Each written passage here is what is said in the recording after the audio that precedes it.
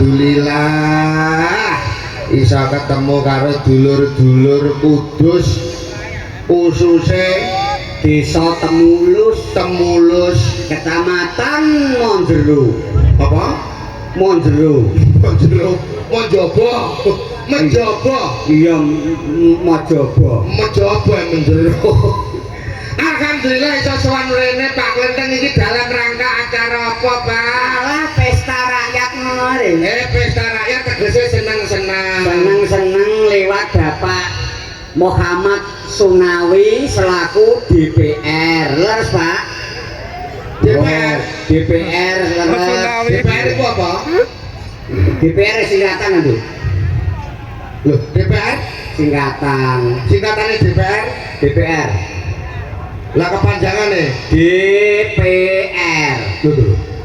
Singkatannya DPR kepanjangannya DPR singkatannya DPR kepanjangannya DPR ora maksudnya D ki apa, P ki apa, R ki apa kok ora singkat DPR itu jenenge mbok singkat kata-katane. ya cak kondo DPR iki apa Pak? Ben ngerti bocah cilik-cilik singkatane utawa kepanjangane DPR kuwi apa? cak cilik-cilik apa oh usah mbok takokno karo aku apa Lho, ben ngerti ben paham. Dewan Perwakilan Rakyat DPR kuwi berarti Dewan Perwakilan Rakyat lah nek DPRD Dewan Perwakilan Rakyat Daerah pinter tenane. Nek DPD Dewan Perwakilan Daerah lah nek KMD lho ra iso. KMD apa KMD ya ono singkatane. lah nek KMD Ketoprak masuk desa. Lho, ono. ketoprak masuk desa Iya iki jenenge KMD. Lagi ketoprak masuk desa kok masuk ndasem. masuk desa Lah iya. lah nek BMMD Apa?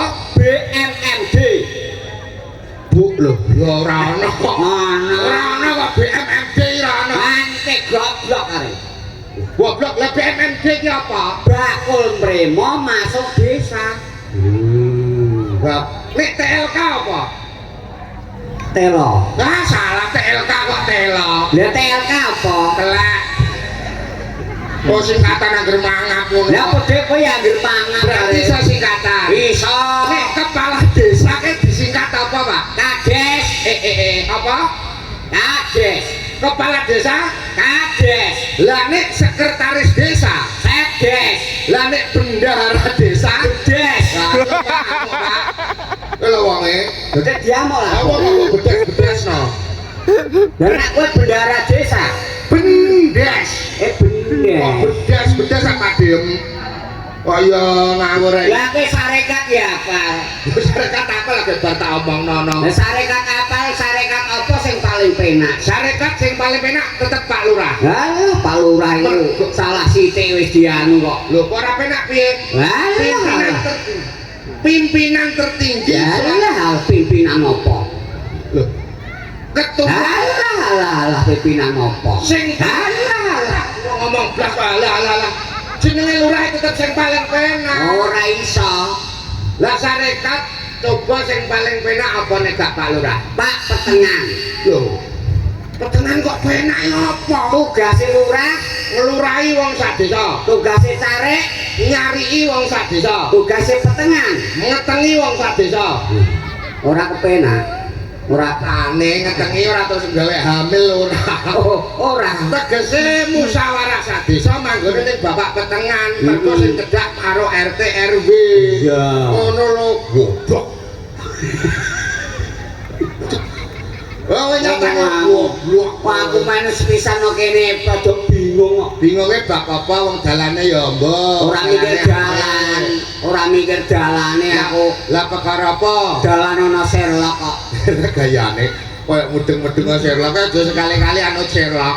gini ya Aku tau kapusan malah aku nyekakno nyawaku. lho kok nyekakno nyawamu Lah ditokno sawah, bar sawah pinggir kali gede liwat jembatan malah kan belok kanan. Kok nyemplung segara.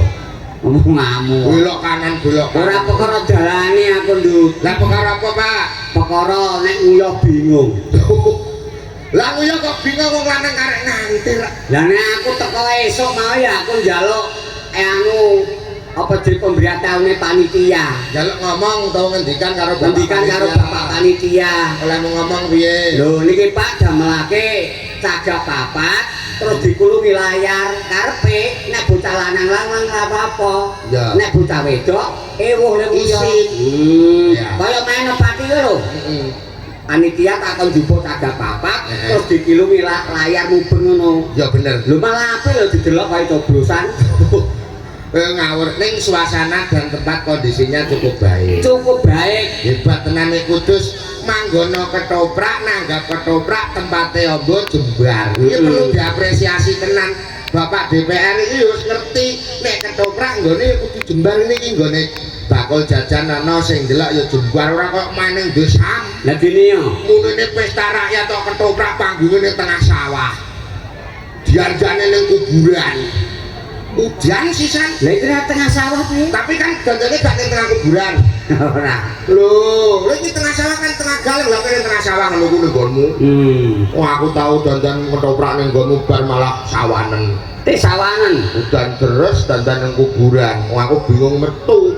Njaluk payung panitia ora digawe ana payunge wong mati tak enggo. Payung tak cilik ya. Walah ora masalah aku baru teko mak girak-girak aku. Terus ya apok main ning nggonanmu. Ning alhamdulillah muji syukur dumateng sadalang Allah Subhanahu wa taala. Dongane piyai kene muga-muga sehat kabeh. Sehat, rezekine lancar. Ora no. Sehat, panjang umur. Napa kok rezeki langsung lancar? Piye maksudmu? Lah dongamu mang piye? Sehat, sehat, rezeki lancar. Rasa sehat rezekine lancar nek umure ora dawa. Lho, percuma. Kudune sehat, panjang umur, rezeki lancar. Oh, ora padha wae ta? Ya beda no. Bedane. Lah nek cara ndonga karo Gusti Allah ya Allah muga-muga mbok paringi rezeki lancar, dhuwitmu akeh nek awak penyakiten gelem. Oh, penyakit apa kari ngono? Lah stroke. Malah prae biasane stroke. Stroke malah penak. Lho. Stroke kok penak iki to? Stroke apa-apa dicupuk adus e didusi. Oh. Piye kok iki stroke kok mas? Stroke iki penyakit medeni lho Pak, ora iso apa-apa. Lho adus tak didusi. Mangan omong ora patek cetok biasa. Berarti nek wong stroke penak. Mangan dicupukno. Adus didusi. Lho kok malah seneng wong iki? Lho mangan dipakani adus didusi seneng. Lho nak penak. Oh mergo apa-apa dipakno. Iya. Wong lho ora penak lho Pak. Penake wong stroke ki apa? Lho ciri-cirine wong stroke iku nak guyu. Iku ukurane padha. Lho nek wong gak stroke padha. Nek wong stroke ora padha. Contone nek wong biasa utawa ora kena penyakit stroke umpama guyu. Guyune iku padha. Ukurane pipi padha. Umpama aku sehat. Nah, guyu 3 cm iwa 3 cm ngiwa, nangan ya 3 cm. Contone. Waduh, pantes ira stroke. Ya pantes. Berarti penyakit wong stroke mergo kurang sumeh karo wong. Iya. Lah terus piye nek wong stroke? Nek wong stroke nek guyu mesti ra padha. Contone kowe sing kulino stroke. Aku kan sebagian sehat ta. Aku mau kok contoh nek guyu iku nek tengen 3 cm, ngiwa ya 1 cm. Contone wong stroke nek guyu 3 cm, ngiwa kok 6 cm piye? Nek keprono ben dipoto. Lah iki lho contone, Pak. Ya ini barang-barang wong stroke. Wah, iki basa iki. Wong stroke perkarane mergo ra gelem sumeh karo tanggane. Ya. Nek ora stroke tetep gelem sumeh guyu padha seimbange. Lah iya kalau kowe ora seimbang. Lah iya. Guyu malah sitok 6 cm, ngiwa 10 cm ora cocok. Muga-muga piyai kene sehat kabeh. Sehat kabeh. Kok sing tak omongno. Nomor 1 sehat. Sehat. Nomor 2 panjang umur. Nomor 3 rezekine lancar, amin Allahumma. Amin. Muga-muga sing nanggapno ketoprak iki Bapak DPR Muhammad Nawawi ya, Pak. Lah, Sapa? Muhammad Sunawi. Oh ya Sunawi. Muga-muga diparingi sukses, panjang umur, rezekine lancar. Nah, wong iki ketoprak dilagesno. Iki bebas. Arep jajan apa bebas, duwe makan 50.000-an. Alhamdulillah. Nah, kowe jajan hahu hohe ngono. Apa? Hahu hohe. Haweng apa? Tahu goreng. Tahu goreng kok haweng. Tahu goreng ku nek pangan adem ah. Panas yo. Aku mang yo padha ae bar jajan haweng. Gedang goreng ngono. Gedang goreng nek adem mung mang panas lho nek mateng tak cok. Mangono pun haweng. Ngomong dhewe iku. Lha nek ramu dhewe mana apa? Nah, aku ya engko sore jajan hek goreng. Lho begek saiki digoreng. Apa? Bebek goreng ada bebek goreng. Wah, wong kulino setruk omongane kok angile ngene. Umune bebek goreng kok ya mulane jajan kan jajan iki kudu diteliti tenanan. Yo iya. Zaman saiki, Pak, akeh barang-barang sing wis expired. Contohnya kadaluwarsa. Makane kudu ngerti tenanan. Lho iya, aku tak delok spanduke. Ngono e, sempat tak delok spanduke tapi aku balik. Lah kok iso? Lah spanduke tulisane ra cocok kare. Bakul jajan sepanduke tulisannya rata cocok. Ora cocok. Tulisannya kepiye? Es campur lontong luwe enak. Loh. Iku salah kowe. Iku salah. Maksudnya iku ning kono iku es campur koma lontong. Ono es dicampur koma ora enak. Ini apa? Cendol, tahu. Maksudnya iku ya ngono. Maksudnya iku es campur titik lontong. Malah campur titik. Ora enak kemuwet ngono. Ngene lho. Tak ketak. Iya nyo. Lah kok betul mundur. Lah nek bocah ketek. Lah kok ketak ora? Lho ora. Lah iya. Lah kemuwet ta ora? Iya. Lho ora. Ora. Ora kok. Maksudnya ngene lho, es campur waduh, lontong. Tulisane awor. Maksudnya ning kono dodol es campur ya dodol lontong. Ngono. Ora es campur didok diwar karo lontong ki ora. Ora ya. Ora. Nyanyi Kak, ben libur masyarakat kene. Masyarakat temulus kabeh. Ya, nyanyi sing apik. Iku jenenge pesta rakyat. Pesta rakyat berarti diseneng-senengno. Ah, ngono. Lagune apa? Lho, lagune lagu anyar ah. Sing di Tembel band. Ngene nyanyi kok aneh-aneh. Ora tambal ban, tambal ban. Ya, Bisa kowe? ora. Aku iki nadane nada sik Mas. Nada musik. Nada. Jaluk gak nyaton. Do re mi ojo do re mi dadu ae. Ojo lho. Remi larangane agama. Cek ayo. Aku iki duet ya beneran ya. Biar aku kowe. Aku iki tukang tambal ban. Yuk. Tukang tambal ban. Yo aku iki. Goblok. Dari dia. Kowe ku tak jak nyanyi ora ngedono gawean. Wis ora nek kowe omahe tukang nambal ban iki nyanyi. Dari nyanyi. Goblok duet karo aku kowe lagune sing apik. Aku iki tukang tambal ban. Yo. Uripe sadalan-dalan Golek duet sing halal. waton tubuh kanggo sandang lan pangan. Internet matane sok kliwat yo. Sangamu dhewe ya. So, aku iki tukang tambal ban.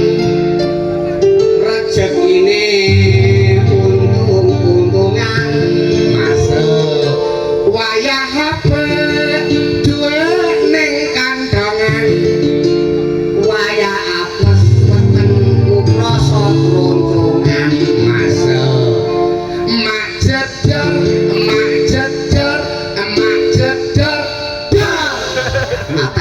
matane ayo apa bengkak kenjangan kuping. lah kok kececaan Lah aku morong kok. lah jajal tukur samene mak jedor Dar ana bang pecah. Kacau. Wah ini rezeki mesti teko. Emak jedor Dar